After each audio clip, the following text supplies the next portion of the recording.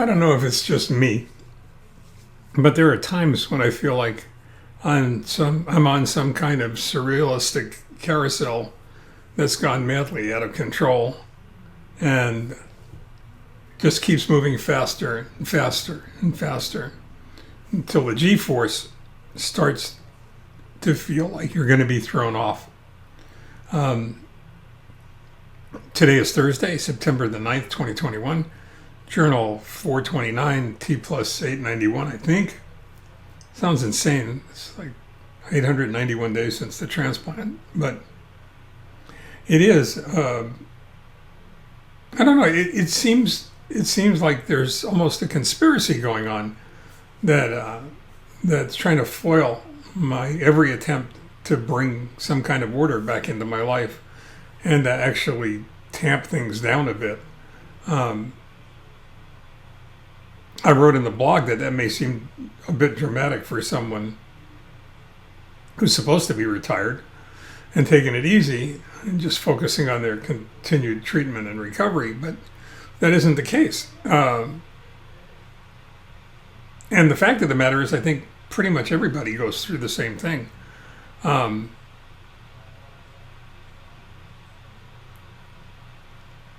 Maybe that's just especially true after the last couple of weeks because they've been really crazy busy and doctor's visits, medical procedures, holiday weekend thrown into the middle of it all. What seems to have made everything worse is a writing project that's just gone completely off the rails. It's just become so difficult, almost impossible. Every time I open the file to get started on it again, I'm sidetracked by some other element of the subject matter. Subject matters change in dealing with change, and how best to manage change in our lives, which probably sounds a lot easier than it is for anyone. And I'm trying to figure out how to make it more understandable.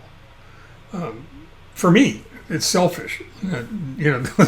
Let's not kid ourselves. It's not altogether altruistic. But the fact of the matter is that if I'm able to go ahead and get it down on paper so that it makes sense to someone else, it's something that I can use as a tool to manage the chaos that is my own life.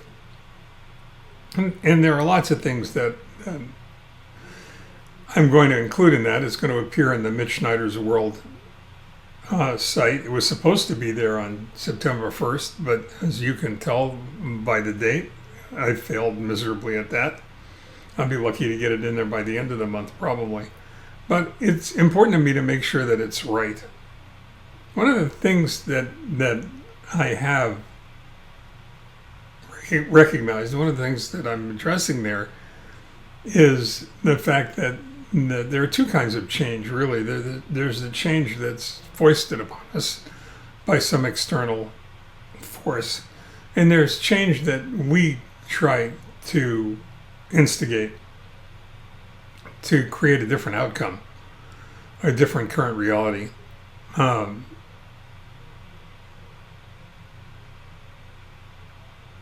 The problem with all of that is that regardless, change is inescapable. You can't get away from it. And I guess that's where the carousel image comes into play and why it's so powerful, for me at least, in that whether you're galloping along on one of those ponies or whether you're sitting in an ornate carriage, you're still a passenger on this carousel of life, and you're in for the duration. Whether you've decided to be in for a penny or a pound, you're born on that carousel. It's moving the minute you get on it. And you're always reaching for that brass ring. You're always reaching for whatever it's going to take to help you achieve or accomplish your goals and objectives. And it's that way constantly until you step off the carousel onto the next plane of existence, whatever that is.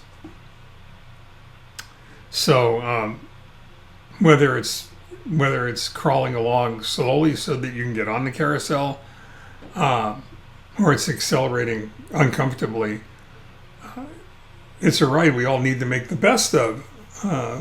It's a ride we all need to enjoy, regardless of what's going on. We need to appreciate the excitement, the music, the cacophony of noise, sound. Even if it feels like the damn thing is dangerously close to disintegrating. So stay well, take care, keep an eye out for the Mitch Schneider's World article on change. If I'm successful, it's going to be really quite good. If I'm not, I apologize in advance. Love you all. Bye-bye.